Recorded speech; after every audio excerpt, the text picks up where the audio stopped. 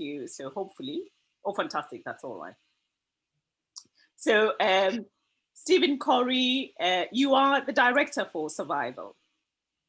I am the director of Survival, but I am stepping down as director Oh God, next year no. in spring. Oh, oh dear. Oh, never I mind. will continue. I will continue to campaign, particularly on some particular issues, um, but I will no longer be the director of Survival. Oh, And I don't know, and nobody knows at the moment who will be. oh well, never mind. But I think for the time we have you as director, as well as actually somebody that will actually continue to campaign very strongly on the issues. That's actually quite fantastic for us. Really, thank you. I hope you can hear me very well. I always seem to actually have a problem with my computer and the volume. I can hear. I can hear you fine. Can you hear Oh, good. me? Oh, yes, I can hear you. Fantastic. Thank you so much. So, if you just like to just outline the issues that are happening around, the campaigns that you are engaged in as Survival, and how we as parties within England and Wales can actually support you guys to bring about the changes and highlight these issues and Yes. ensure that they're taken into consideration when the decisions are being made at the you know main seat. Yes. Uh, Where to begin? Well, um, Survival's brief that it has set itself since the beginning 50 years ago, over 50 years ago, uh, is to try to stop the invasion and theft of tribal people's lands, and particularly focusing on those peoples who have the least articulation with national society, uh, uncontacted tribes, and people who might not speak the national language, even people who have no political platform themselves, and often have no background in the wider mainstream society, culture, politics of the nation they find themselves living in. And indeed, in many cases, aren't even aware of which nation they do find themselves living in. So the indigenous peoples spectrum, if you like, extends over a very broad area, all the way from uncontacted people still, Hmm. of which there are many more than even we thought 50 years ago, Wow. mainly in South America, mainly Amazonia in South America, but not exclusively so. So there are a lot of people in that position. Obviously, because they're uncontacted, we don't know whether they were once splinter groups from people who had been contacted and then retreated, fled slavery, fled the rubber exploitation in the early 19th century in South America, for example, retreated back into the forest and wanted to have nothing to do with the outside world. But there are more of those peoples than, as I say, we thought 50 years ago. Now, the spectrum extends all the way from them to, highly paid North American indigenous lawyers who did not grow up in reservations and went to Harvard and have highly paid law careers, or for that matter, political careers. So when we look at who actually is and what do we mean by indigenous peoples, it's a that's an immediate problem, Mm. because it's a huge area, and in continents like the Americas and Australia, it is an easier definition. These are peoples who have not been absorbed into the mainstream dominant colonial culture. In continents like Africa and Asia, it's more complicated still for all kinds of fairly obvious reasons. Um, so the breadth of that spectrum immediately sets up an issue, which is who represents who, uh, and uh, if you look at the emergence of indigenous organizations, indigenous-led organizations over the last couple of generations, the issue becomes, if anything, more acute, because the organizational model that we look to and expect to be reflected back at us is basically our model. That is to say, a structure with an address, with representatives, with leaders, etc., etc., etc. And in real life, the kinds of people at the end of the spectrum we are talking about mostly do not operate like that. They don't have political leaders. Um, they don't have the structures that we consider normal in the Western world. So that makes the whole question of representativity a complex one. And it's important to understand that, particularly now, because, for example, within the green movement, let's talk broadly about the environmental movement. If we look at environmental, if we say focus just on the national park movement, which has an impact on the whole protected areas idea. If we look at the national park movement, it starts in the United States 150 years ago, and it starts with the dispossession of Native Americans by settler society.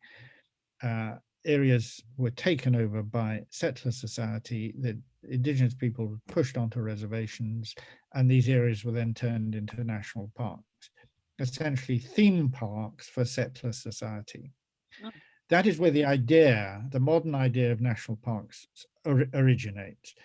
When that was taken to Africa, again by essentially an American, 100 years ago, it was replicated.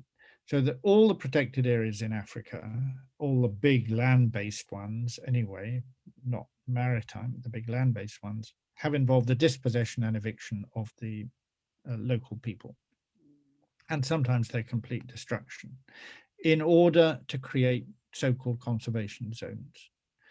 That immediately sets up, and the same in parts of Asia. So that immediately sets up an issue between what people perceive as green, as being generally progressive,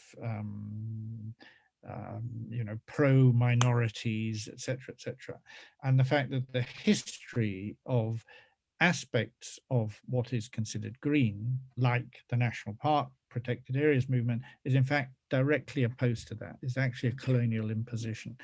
And now in large parts of Africa, national parks and protected areas are seen as a colonial imposition and land theft. So this is a neo-colonial land theft going on in the name of conservation. This history is not well known. It's been suppressed. It's partly not well known because it's been deliberately suppressed. In the United States in the 1850s and 60s, the movement was started by particular kinds of people.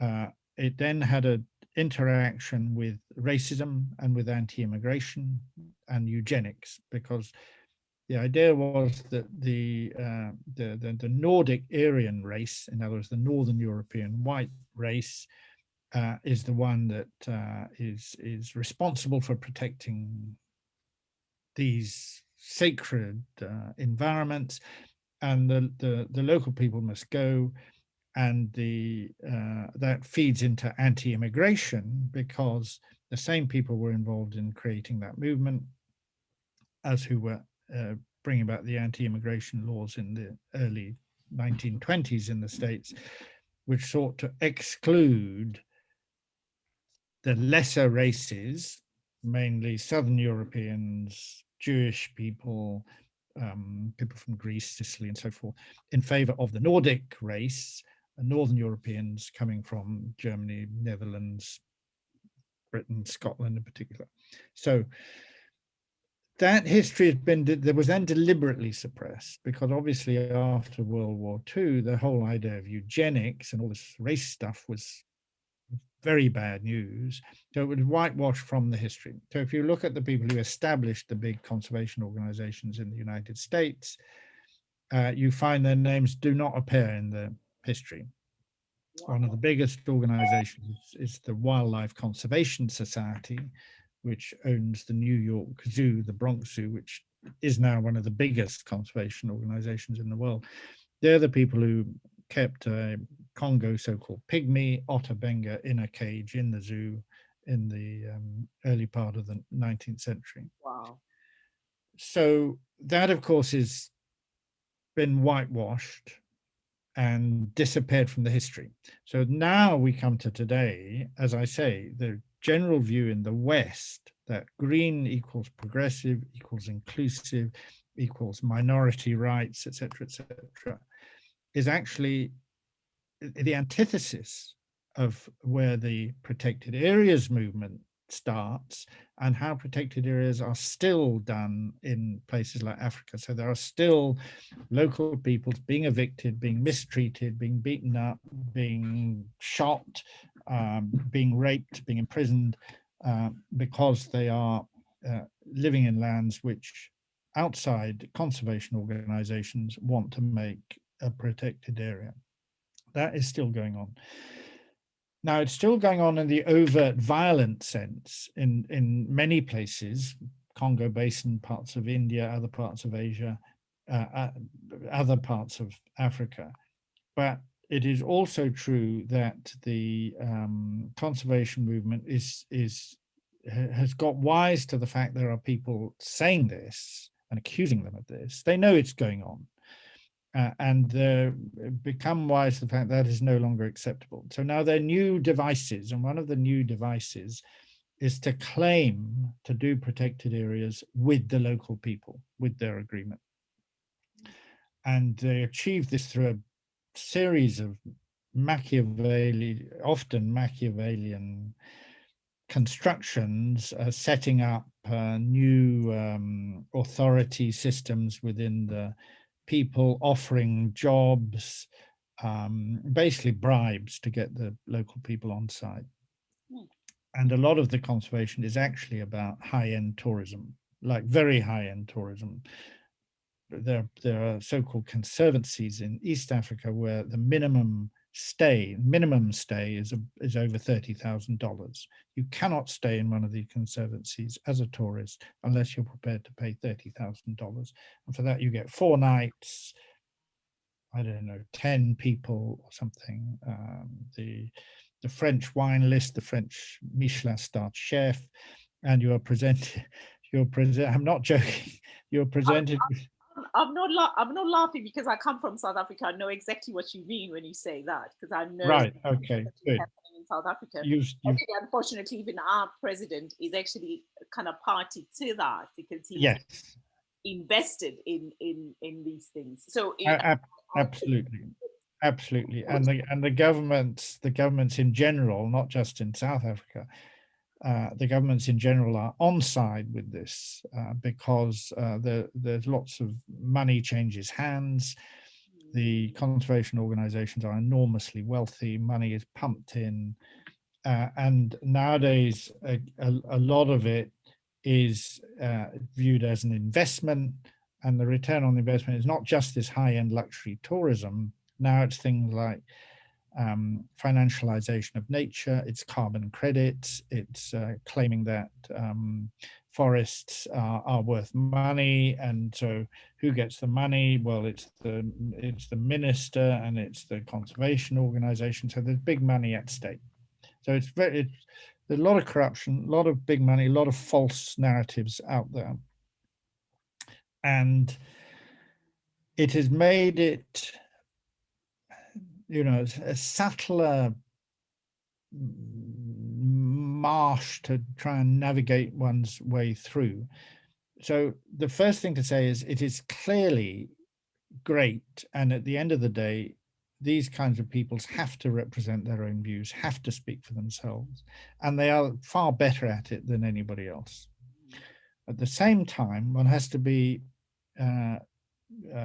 very mindful of not simply accepting at face value somebody who claims to represent whatever it is, and that there has to be a certain kind of intelligent uh, understanding that the peoples who are most affected and most vulnerable are almost always the least articulate. They're the people who often don't speak the national language, who don't get passports, who haven't been on an airplane. Um, and that's a problem because the some of the organizations which are actually formed by instigated by outsiders to claim local representation are in fact hostile to the most vulnerable people themselves. So this is where it becomes greenwash. It's fundamentally another aspect of greenwash. So you get, eco. Well, you'll have seen this in South Africa. Everything is eco now. I can't find any companies. Yeah, there's no company out there which doesn't claim to be eco-friendly, as far as I can see. and and now all the conservation organizations, for very recently, it's the last couple of years actually, even less, it's really acute in the last year, they are all saying they support indigenous peoples and indigenous peoples' rights, and that indigenous peoples have to be in the vanguard of nature protection. A lot of them don't understand what that means, and it's certainly not what they want, because what they want is control and money.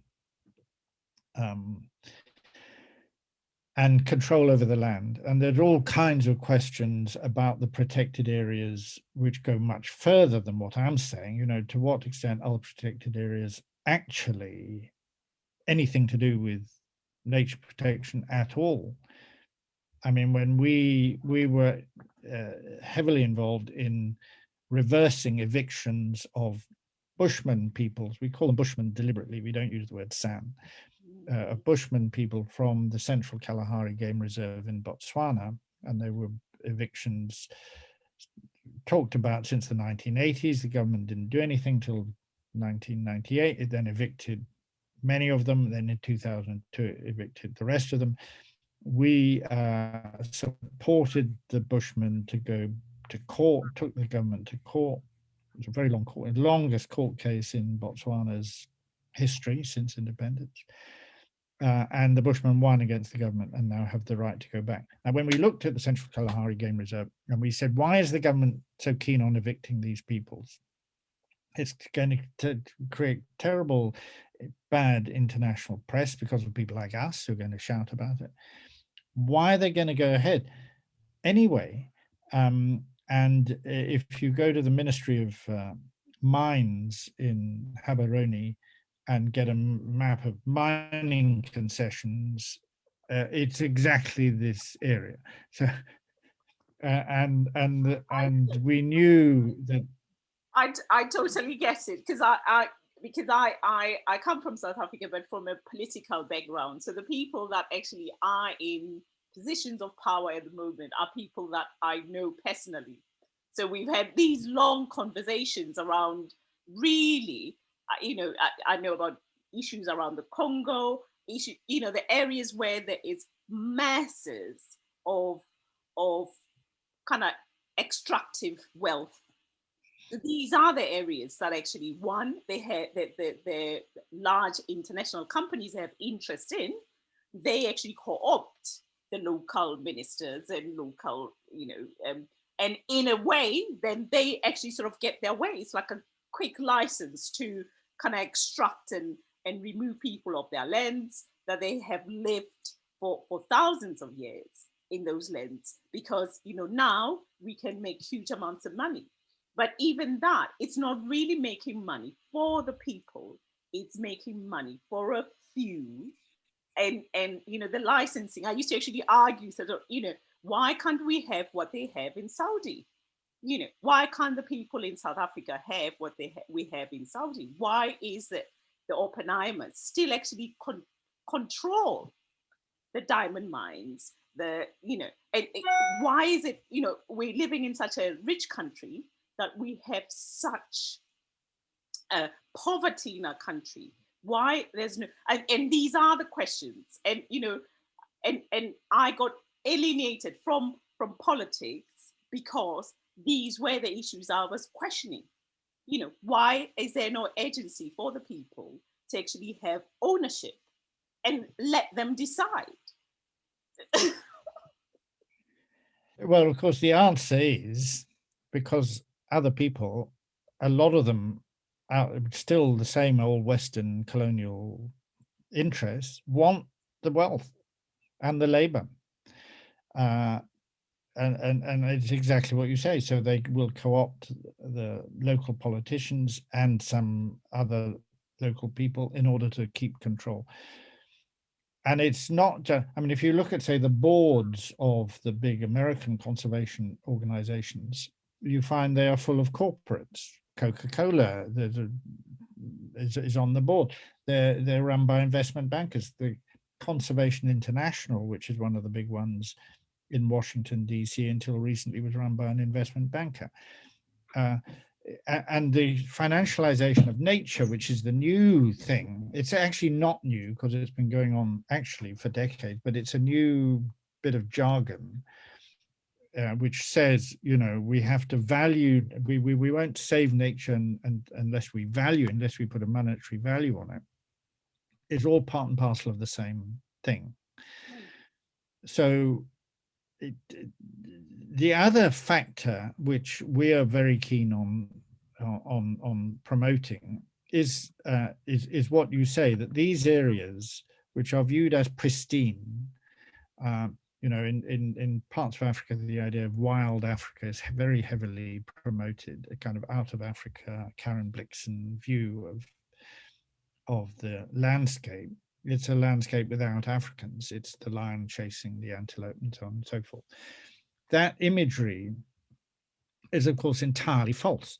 These areas, including surprising places like the Amazon rainforest, the Amazon rainforest is a product of human intervention, which has gone on for 5, 6, 7, 8, 9,000 years. And at some stage or other, parts of it have been cleared to the extent that all of it has been inhabited. And the early colonists talk of huge settlements on the banks of the rivers, roads joining the settlements. And that was generally pooh-poohed by later scientists who had the view this is a pristine environment. That's exactly what happened in the American West. Places like Yosemite are viewed as pristine environments. They're not. They're managed landscapes which have been managed for thousands of years by the people living on them, changing the fauna through their hunting and predation, changing the flora through moving seeds around, moving clearing areas, not clearing some areas, and all this to create, in effect, a landscape just as managed as in Europe, but invisible to the colonists and to the settlers, including in Australia, where the general view is that it was inhabited by people who walked around in small groups, having zero impact on the land. That's completely false. There were, in fact, huge fish farms. There were villages built of stone. There were huge gatherings of people coming together. These were managed places, inhabited for, well, in Australia's case, 60,000 years at least, far longer than Europe. So the idea of nature as something divorced from people is also a Northern European construct. And it feeds into, a Protestant, particularly Calvinist view of theology and the expulsion from the Garden of Eden and the fallen humankind versus divine nature. Oh, fantastic. And people, of course, who live there don't have this view at all. No, no, no. So the problem, there's a now real problem which is building because the conservation, not necessarily wide agreement, conservation organizations now want billions, literally billions of taxpayers' money in subsidies to push the things like the 30% of the globe as a protected area, which is the big cry now in biodiversity. And what they don't point out is that, of course, if you make 30% of the globe protected areas, basically somebody lives there. What are you going to do? What are you going to do with them? But if you actually interrogate this, you find that they do have a plan. I mean, the Wildlife Conservation Society, as I say, the big one of the biggest, for instance, says Africans, they're obviously against what they call bushmeat, which of course in Europe is called game and it's sold in expensive restaurant. In Africa, Exactly. in Africa, this is bushmeat and horrible and Yeah, horrible. nasty. Terrible. So what the Wildlife Conservation Society wants is that all Africans should eat chicken Oh, God help us. or farmed fish. That's the options. They say this quite openly, and there's an assault on the so-called wildlife trade. Is framed in these terms.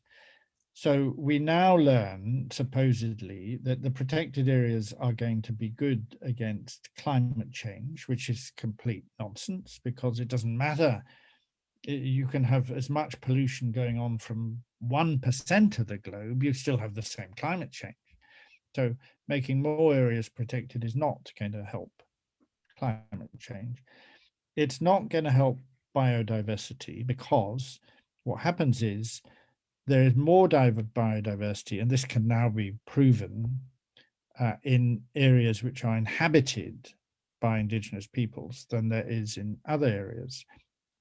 So if you exclude the people from the area, you get less biodiversity. And so by making the protected area, in fact, you're working against biodiversity. If you look at how the Australian Aboriginal people used fire, which we know from archaeology has been used by human beings for many, many thousands of years, possibly tens, even hundreds of thousands of years, possibly. That's pre-Homo sapiens people. We know that Aboriginal peoples use fire to clear undergrowth, as many indigenous peoples do. The settlers come along, ban it, and the result is lower biodiversity. You fire the undergrowth in a controlled way at certain times of year, you get enhanced biodiversity because the ash layer provides a fertile ground for new shoots, which attracts grass and plant-eating animals, which attracts predators, and you get basically more biodiversity. Take the people out of the equation, forbid the controlled burning, you get less biodiversity, and of course you get massive forest fires every so often, which is exactly what happened. So the idea that indigenous burning is ecologically damaging, which was still taught in environmentalism, couldn't be further from the truth. So you make more protected areas, you're in fact going to reduce biodiversity. And they're now blaming the pandemic on, they say that if we protect more nature, we'll have less pandemics. Of course, there's no scientific basis for that. At the same time as all people like me are saying the kind of things I'm saying, which to Western conservationists can sound crazy. This is a eugenics, it's to do with anti-immigration, it's to do with racism. It sounds completely crazy. I know that it sounds crazy. At the same time as that, the scientists are being paid to do research which is conducive to what the conservationists want them to say. And that's been going on for decades. So the big conservation organizations, which are already immensely wealthy, are funding basically policies. There's a revolving door between corporates, banking, conservation organizations, government, UN. It's the same people are calling the shots. And the latest version is, let's make 30% of the world protected, use a lot of taxpayers' money to do this, from individual governments and from the UN and from the EC, and this will basically save the world. And it couldn't be further from the truth. Actually, this is and now it's basically a clever way of reformulating a kind of land grab and a colonial, neo-colonial takeover. So we will see the world run by, what they want is that a world run by basically people like them. Um, and the local people, particularly if they're black or brown, okay, will just have to get off the land. And of course, actually what happens is that creates really big slum problems in the global south. And if you really want to exacerbate the risk of pandemics, that's what you do: create really big Slums. slums in the global south. So the whole thing is, I mean, the more I have to say, if we were having this conversation even 2 years ago, we started looking at this properly. We knew this, and we were getting on to people like WWF and trying to warn them off some of these land grabs way back 30 years ago. Um, but and we still really started in earnest in about 6 years ago, 7 years ago now. But the more we find out, and we're finding out more all the time, the worse it is. So that we, for example, there's a Kenyan environmentalist called Mordecai Ogada, who's extremely good on these issues. And he's written a book called The Big Conservation Lie. Hmm. And it's mainly about Kenya, and it goes through a lot of these issues from a Kenyan perspective. And I now know Mordecai well. At the time when I read it, I didn't. I got to the last chapter, and in the last chapter, he basically says that the so-called conservancies in northern Kenya are in fact ways to lock up areas of land for future economic exploitation. So you get the people off the land, the traditional herders. You fence the land, you deny them their grazing, and there's wealth under the land. There are aquifers, there's talk of gas, there are geopolitical issues, because this is the north of Kenya, which is where Islamist terrorism is a threat.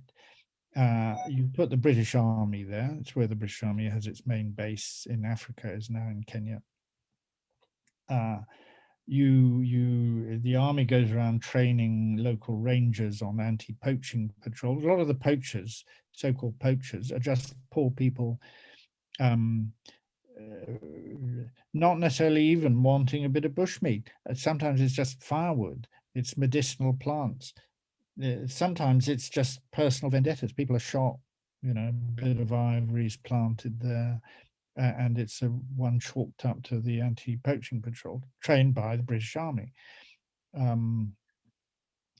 So it's a very murky old world. And of course, in Southern Africa, you had the issue with WWF and the apartheid regime, and the use of mercenaries and all kinds of really, really dark stuff. Now our problem now is that the green issues have become so big and so universally viewed as the kind of capitalist exploitive world versus green. And our problem is the fact that a lot of the capitalist exploitative world is using green to do exactly what it's always done. And in many cases, it can sound quite convincing. Oh, exactly. Things like carbon offsets can sound quite convincing. They're complete rubbish. It's a fabrication.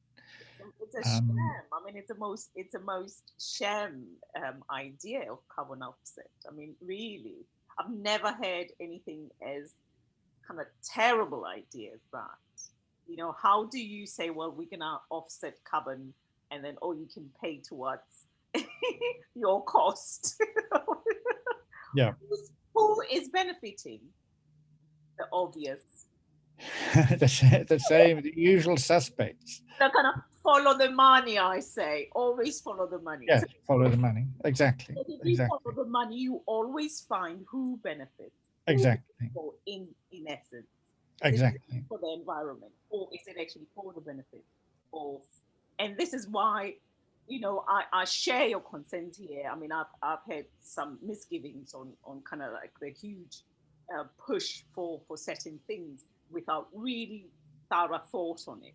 And in my view, I think it's so important to really look at the ground level. What are we really doing? How are we supporting the people at the ground level? So, if you really want to change and make sure the world is safe for everybody, you really got to look at the people that are more likely to actually be worse off because of the impact and actually take it from that position, not actually being taken over by people that have always benefited and are just using mechanics or mechanisms to maintain their leverage across the board. And that's what is happening. So it is capture of the green the green movement. And I see that as I mean, there's quite a lot of things that I'm actually suspicious of. I wouldn't say them because I'm recording you, but I see it as quite a lot. There's a lot of capture, and there's a lot of there's no longer any explanation of anything. So it's like catchphrases and catchwords, and it's thoroughly interesting. But it also takes someone that actually has what do I would say a critical view at everything.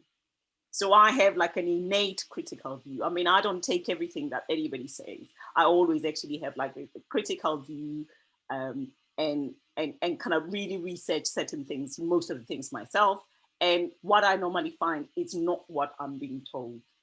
So it's always quite an interesting one. And thank you so much for that. I think I I share your concerns, and I'd like more Green Party to actually be aware of how is the movement being captured by the people that have always benefited.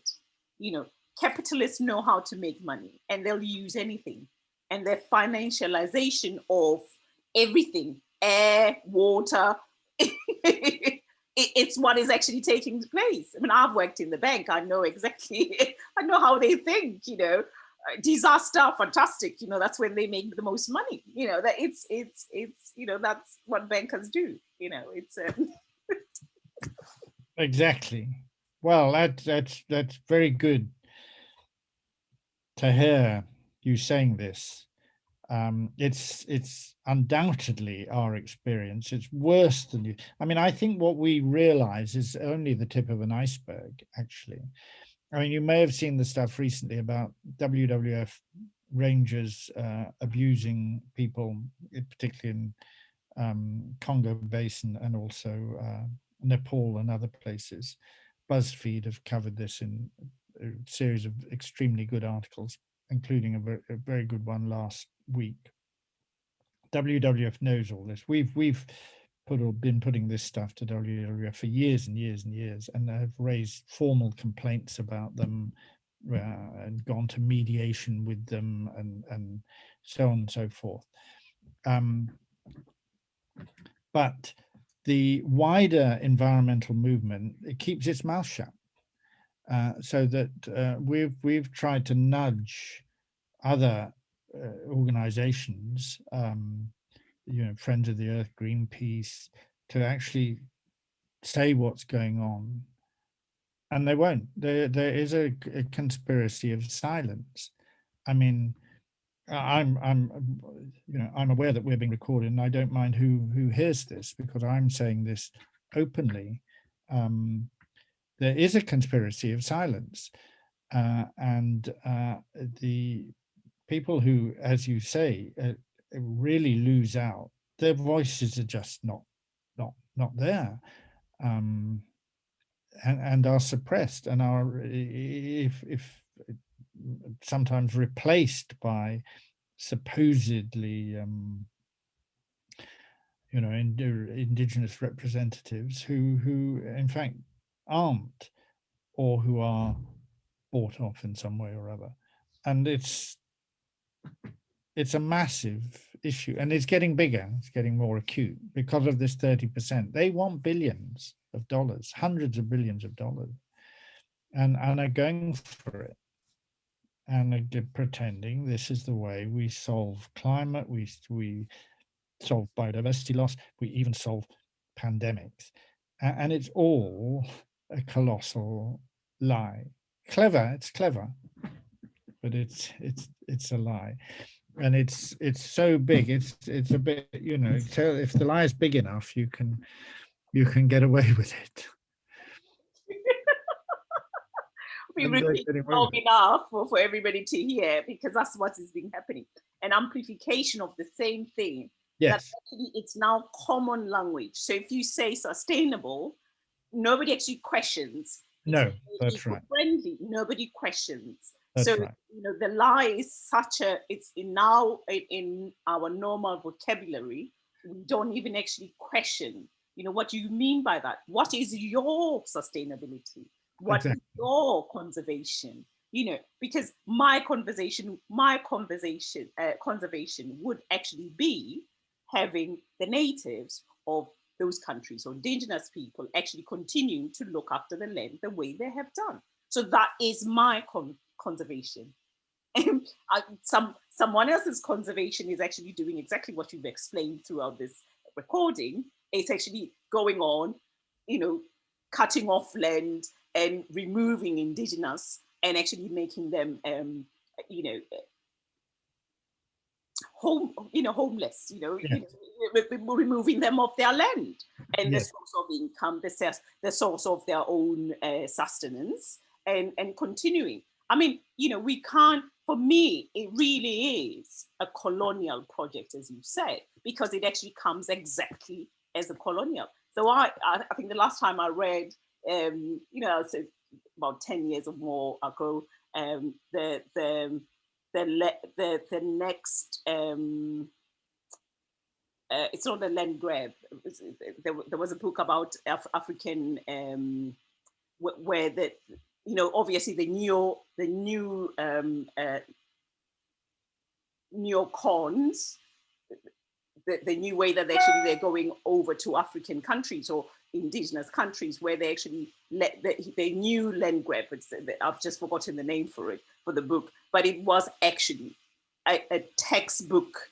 And what I've seen is that textbook process where they've actually removed people off their land, trained a few, giving them some income. That means actually they extract them from the normal population, and they can actually then suppress the rest of the people. And governments in Africa are totally guilty of this. And my own government, although I'm kind of dual citizen, my own government has done the same.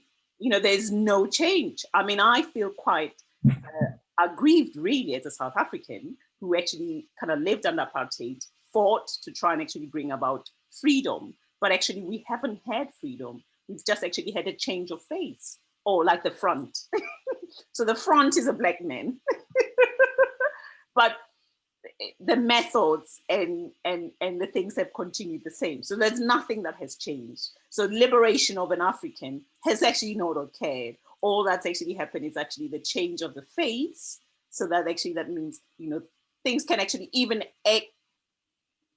exponentially happen. So what has happened is actually down exponentially. The townships are worse than they've ever been. I lived in the township, but we had services. I mean, that's why sometimes when somebody says, oh, you can't say apartheid was better. I'm just saying, look, what I lived under was much better than what, you know, the next generation is living under the full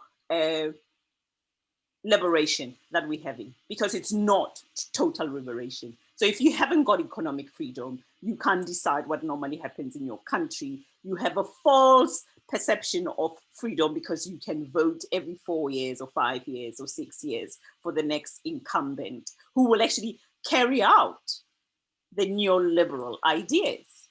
You know, it's quite painful. I mean, it's quite personal. It's quite a painful process for me. I mean, and it's some. I mean, I don't know. Maybe maybe this will be another way of actually trying to redress. I mean, I came to this country. I thought, you know what? I'm just not going to get involved in politics at all. You know, I'll just get on and do my life. But you know, unfortunately, you always get drawn back to what your natural inclination is.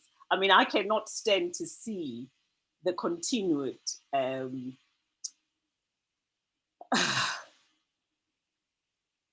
exploitation of nature and exploitation of indigenous peoples of these lands under the pretense of anything else that's coming up next. So now we're actually having the green ideal as the next exploitation process of the indigenous, and that's what is happening all across the world. And I'm so grateful that actually there is someone that's actually kind of looking at this closer and saying, no, you know, just because you're a big NGO, just because you're saying you're doing this, but you're still actually perpetuating the same things that the neo-colonial or the colonialist did. It doesn't make you any better if you just dress it up with a different you know, it's emperor. He's not clothes, so it's dress up in the new clothes. You know, looks a little bit different, but it's the same move. You know, fantastic. I mean, Exactly. yeah, it's. I'm just I'm blown away. Really, that's why I had to get in touch, and I thought, you know what, you are speaking my language because this is what I've seen happening, and that's why I've not been too enthusiastic with the Green Deal and everything, because what I was seeing, and I was thinking, am I the only one that's seeing this? Oh God, it's interesting, and thank you so much. Thank you so much for the opportunity to really highlight the issues we're having, and how can we help really as a Green Party. Well, thank you so much, because obviously I didn't know how much of this you might be in agreement with. So it's extremely encouraging to hear what you're saying, and I think we should think about it and try. I mean, we need to move people. We need to expose this. We need to move people to understanding what, because you know, obviously, people who support green as a concept, as I say, see themselves as, generally, not all, but generally see themselves as progressive, inclusive, pro-minority, etc., etc. And they are being conned a lot of the time. And I think we need to be explaining how much they're being conned. And you know, we've always worked in survival. I've been with survival since 1972, and the basic principle is that if we explain sufficiently well to people what's actually going on, that they will themselves bring pressure in the right places. And it's not up to NGOs really to bring, obviously they try and bring focused pressure, but it's you know, we're not going to get major change in attitudes and thinking without people themselves coming to the same position. And they need to interrogate what they're being told, irrespective of who's doing it, including this message. They need to interrogate this, see, is it true or not? and make up their own minds and then press for change. So I would greatly welcome future collaboration, and that we think about how we might push this. I mean, in your experience, you've clearly gone along the come to the same conclusions, but how many people of your colleagues are in the same place? So I don't think lots of them are not really. I mean, it's like it's like actually having to convince people and show them the evidence. You can only show people the evidence. And if there's evidence that supports what you're saying, then you probably get buy-in, and that is the process of trying to make people aware. We just actually doing colonization in in just a different name. We're just calling it. Yes, exactly, exactly, exactly. So we'll be back here again in a few years after this has been done, and we see how badly we've done. How were we so fooled to believe everything that they were saying? Why didn't we notice when the big companies were coming into the green space? Why did we not notice it? Yeah, yeah, yeah. Yeah. Well, if there's any way, you can think that we can help you push your and support your message within the Green Party, then please, we'd be eager to do so. So maybe we should think about this, not too long, not forget about it, because I'm enormously encouraged by what you're saying.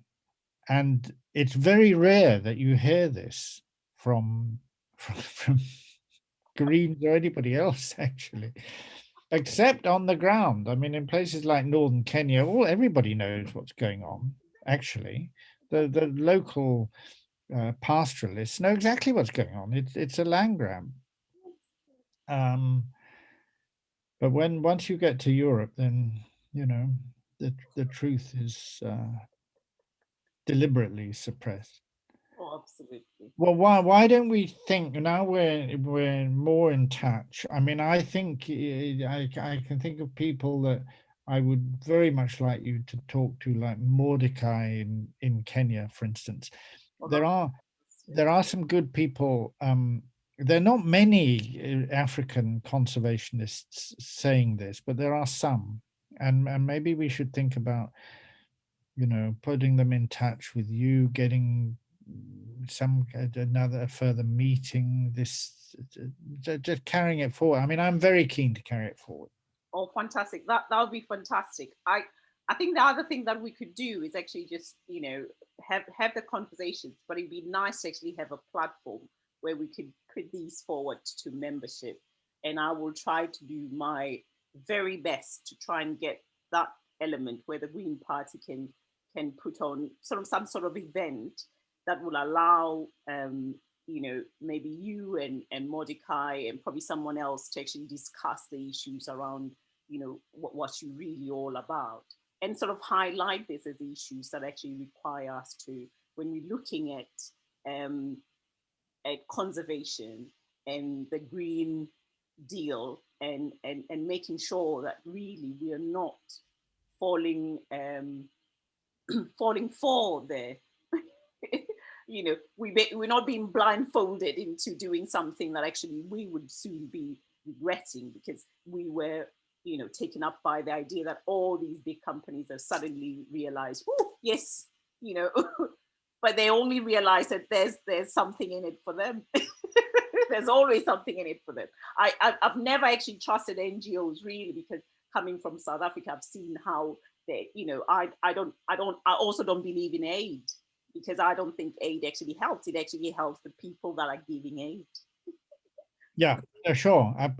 They always distribute it amongst themselves, and part of their of my to getting elected on this position was actually saying that, look, we need to actually really be remove the middlemen between supporting people. Support them directly. If you want to end poverty, give the people money directly. You don't need an in between person, because that person takes 90% or almost the 100% of, of the funding that you're giving. So why haven't we solved poverty? Why haven't we solved issues around water? Why haven't we solved all those things? We haven't solved them because we've actually had middlemen that have to actually maintain their relevance. No one wants to take themselves out of business. And people don't actually want to end poverty because you need a workforce which is going to be compliant and do what you're told and do it for as little as possible. So I entirely agree. All right, good. Well, I think this is very encouraging. I would like, can I use, if you send me the recording, can I share that with people in survival? I can also give it to Mordecai and. No, absolutely. I'll send you the recording. I'm happy to be shared. I'm not, I'm not literally sort of like hiding behind anything. I'm just actually literally, I'm one person in the Green Party that believes, and I think there's probably more people, but probably their voices are not sort of heard widely because, there's been like sort of influx of the the corporate influence is in a way has a way of actually influencing people in different ways. So it's just important to be able to do it. So Yeah. I will send you the recording, and I'm happy to share it. I'm happy for you to share it, and then I will try and actually do my part to try and get some sort of engagement with your message and see if it's actually possible to actually have any sort of online event, because that's all we can do at the moment. And see if actually we can actually encourage the membership to get involved and actually hear more about what's actually happening, because people are not aware. People are just only hearing the top message, but actually what is on the ground, what's actually happening on the ground. It's more important for us to be informed, to inform ourselves as well, than actually to expect these big, because all I've seen is actually even big, when you start seeing the big PR companies involved in the green, yeah, anybody that has a sense knows that Yeah, but of course there's such big money behind them that it convinces a lot of people. Yeah, It's a constant barrage of the same message. Oh, fantastic. Well, thank you so much, Stephen. I really, really appreciate it. I'll send you the recording as soon as it downloads, because it's not downloading on cloud, because I haven't got like the special cloud one. So if I had a cloud one, it will actually download quickly, then I can send you straight away. But as soon as it's downloaded, I'll definitely send you the recording. Right. I probably will actually have to just cut it on kind of the start and the finish. Yes, fine. Unless you have the technology to do that, so that then we can get a focus it on just the core message. Well, we can, if you want us, if you whichever you like. I mean.